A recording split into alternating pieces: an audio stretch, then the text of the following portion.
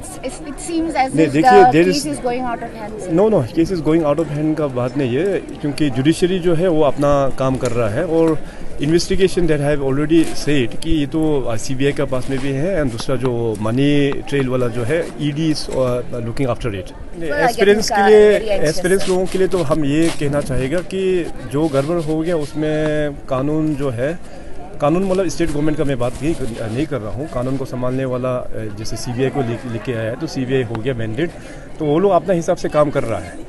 तो सरकार का अभी सबसे बड़ा प्रयास तो ये है कि पब्लिक सर्विस कमीशन को हम लोग ओवरहोलिंग करके टॉप टू बॉटम उसमें पूरा नया टीम हम लोग दे के एक नया टीम को अभी वहाँ पे चलाने देंगे। तो उसमें जो भी वहाँ पे लिखना या जो भी है वहाँ पे वो लोग अपना ठीक करके एग्जामिनेशंस, क्योंकि करीबन 1 साल हो गया अभी तक ये एडवर्टीजमेंट निकाल नहीं पाया, तो अभी इतना थाउजेंड्स पोस्ट वहाँ पे दे के रखा हुआ है। तो अभी गुवाहाटी हाई कोर्ट में ये मैटर जो पेंडिंग है मेंबरशिप को अपॉइंटमेंट करने के लिए, as and when honourable Guwahati high court judgement pronounce करने का साथ साथ नया टीम एपीसीएस में गठन करेंगे, and they will take it forward for further recruitment.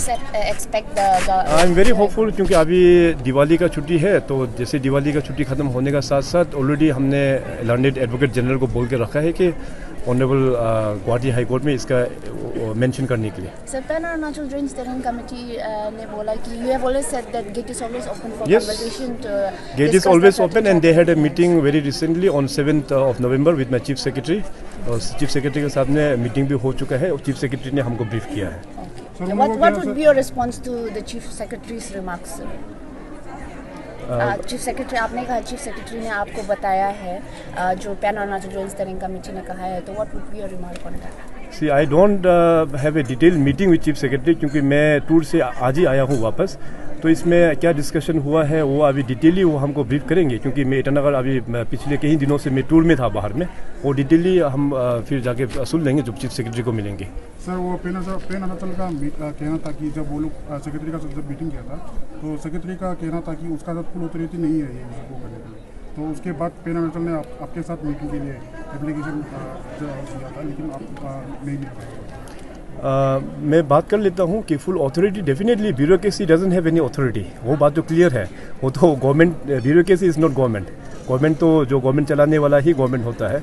तो इसमें किस इश्यूज़ को लेके डिलीबरेट हुआ है, जैसे मैंने कहा कि चीफ सेक्रेटरी के साथ में मीटिंग करके फिर ज़रूरत पड़ेगा तो उन लोगों का हम बुला लेंगे। वुमेन रिजर्वेशन बिल का बारे में ही तो कहा ना कि ये तो मतलब देश का ये बहुत बड़ा एक पॉलिटिकल रिफॉर्म है, and this reform has been brought by the Bharatiya Janata Party headed by Honorable Prime Minister Shri Narendra Modi ji. Women reservation bill को लेके सदियों से ही सुन के आया, चल के आया, मगर कोई किसी ने किया नहीं है, so it's a very welcome step, तो उसके लिए तो हमने थैंक्स भी एक्सप्रेस किया है।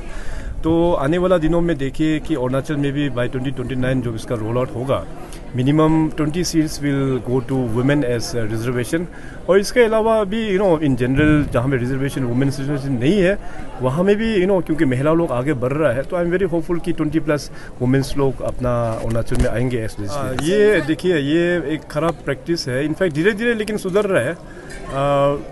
एक साथ तो हम लोग पूरा एक्सपेक्ट तो नहीं करेंगे, मगर जो अपना एक्सपीरियंस जो है पंचायत इलेक्शंस में, शुरुआत में तो ऐसे हुआ है कि women reservation bill already panchayat में चल रहा है, और बहुत सारा पोस्ट में देखा तो उतना एक्टिव वुमेन्स भी नहीं है, अपना हस्बैंड नामी दामी था तो उसका बदली में करके दिया हुआ है, और मीटिंग्स में भी वुमेन नहीं जाता है, हस्बैंड को भेजता था।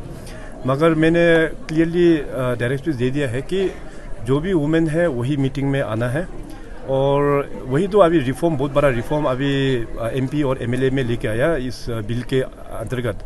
सो 2029 तक वुमेन एम्पावरमेंट के लिए इसके ऊपर में और भी चर्चा होना चाहिए, और that genuine women should come, जो लोग कैपेबिलिटी है इसमें इलेक्शन प्रोसेस में वही लोग आना चाहिए, और ऐसे नहीं है कि कि हस्बैंड कुछ वो मतलब कुछ नॉन फिगर है तो उसका वाइफ जो बिल्कुल कुछ नहीं जानता है उसको आगे बेचने के लिए, तो ऐसे आई डोंट एक्सपेक्ट कि 2029 में इस हालत ऐसा हालत होगा। It's pre decided in the sense public has decided the mandate कि बीजेपी सरकार को ही लेके आएंगे, तो मैं पब्लिक का ही वॉइस को बोला था। In fact my president has said 50, but हम बोला कि मेरा प्रेसिडेंट भी गलत है, 55 तो होना चाहिए।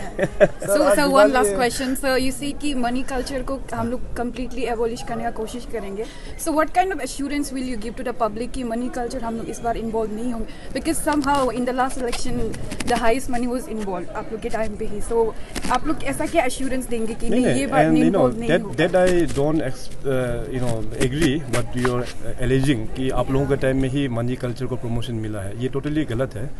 कि देखिए, so it is said that during the BJP time only no, money this was is an involved. allegation which I totally disagree. Yeah. आप सीधा आप मैं मीडिया से ही पूछता हूँ, आज तक कौन सा मुख्यमंत्री आया अपार्ट फ्रॉम बीजेपी जो ओपनली पब्लिक प्लेटफॉर्म में अगेंस्ट मनी कल्चर बोलने वाला? आप बताइए. So in नहीं, case आप the money बताइए. is getting this is involved my this question time, to the media fraternity. Money culture को लेके कौन सा मुख्यमंत्री किस पार्टी का ओपनली पब्लिक डोमेन में आके ऐसे बात किया? पहले so बताइए sir, आप like, लोग. no sir, this time do if the money research is कि मनी involved, कल्चर का genuinely we so are what actions will be against taken, sir? In case we see money देखो culture उसमें involved this time, as पर the election commission of India उसमें conduct rules में clearly लिखा हुआ है कि मनी किस हिसाब से कितना तक हम लोग एक्सपेंडिचर कर सकता है. उसको अलावा अगर करता है तो उसको मतलब अच्छे से मॉनिटर करना चाहिए. इलेक्शन में ये आरओस होता है, वहाँ मजिस्ट्रेट्स लोग होता है, चेकिंग्स होता है. और लास्ट 2029 इलेक्शन में मेरा even as I being an chief minister मेरा भी चेकिंग हुआ, गाड़ी का पूरा फिक्सिंग हुआ मेरा. सो इस प्रकार का मैकेनिज्म को हम लोग और भी एक्टिवेट थोड़ा ज़्यादा करना है. मैं अपने ओर से ECI को भी बताऊंगा. लेकिन मोस्ट इम्पोर्टेंटली देखिए, मैं बोला है कि पब्लिक का माइंडसेट, जब तक पब्लिक का माइंडसेट नहीं सुधरेगा, आप चाहे लाख कोशिश कर लो, ये सुधरने वाला नहीं है. इसलिए तो मैं पब्लिक प्लेटफॉर्म में, चाहे यूथ का प्लेटफॉर्म हो, चाहे रिलीजियस प्लेटफॉर्म हो, मैं अपील करता हूँ कि इसको चर्चा होना चाहिए and media should take it forward. Tawang में कुछ मीडिया लोग आया था एंड मीडिया वो लोग भी बोला था कि इसको वो लोग भी लेके जाना चाह रहा है. It's an very welcome step. So यहाँ मैं आप लोग सभी मीडिया हाउसेस यहाँ पे है, मेरा भी आप सबसे अनुरोध यही रहेगा कि आप लोग भी इस मनी कल्चर को लेके पब्लिक को भी जाके आप लोग पूछिए, उनको अवेयरनेस दीजिए. Because media plays a very important role. We consider it as a fourth pillar in democracy. So आपका भी उतना ही रिस्पॉन्सिबिलिटी है पब्लिक को अवेयरनेस कराने के लिए. Sir, will we see women reservation coming up in the next 2024 election? 24 election में हो नहीं पाएगा क्योंकि इसमें पूरा देश में ये सेंसस होना बाकी है. 29 तक ये पूरा रोल आउट हो जाएगा. सर लास्ट मेरा एक होगा सर, आज दिवाली है तो आप कैसे विश करना चाहेंगे? और सर आपको याद होगा कि इसी दिन में सर नाहरलगुन में बहुत बड़ा एक इंसिडेंट हुआ था लास्ट ईयर, तो ऐसे अवेयरनेस सर आप क्या मैसेज देना चाहेंगे? आज वैसे काफ़ी शुभ दिन है क्योंकि आज का जो दीपावली का जो दिन है, it's an victory of good against the evil. It's an victory of light against darkness. So इस ओकेजन में अरुणाचल प्रदेश के जितने भी जो अपना जनता है, आप सभी को दिवाली का बहुत ढेर सारा शुभकामनाएं. हम प्रार्थना करते हैं कि सभी का घर में पूरा खुशी का दिया से जले. और दिवाली क्योंकि पहले तो होता था कि पटाखा से हम लोग सेलिब्रेट करते थे, मगर ओवर द इयर्स देखने को मिला है कि this are all polluting related affairs. तो अक्रॉस कंट्री में अभी क्रैकर्स का यूज़ करना कम हो गया है. यही मेरा अनुरोध रहेगा कि अरुणाचल इज़ नोन फॉर इस ग्रीनरी, बायोडाइवर्सिटी. तो यहाँ में जितना कम हो पटाखा का यूसेज जो है वो मिनिमम होना चाहिए. So once again happy Diwali to each and every one of you. Thank you.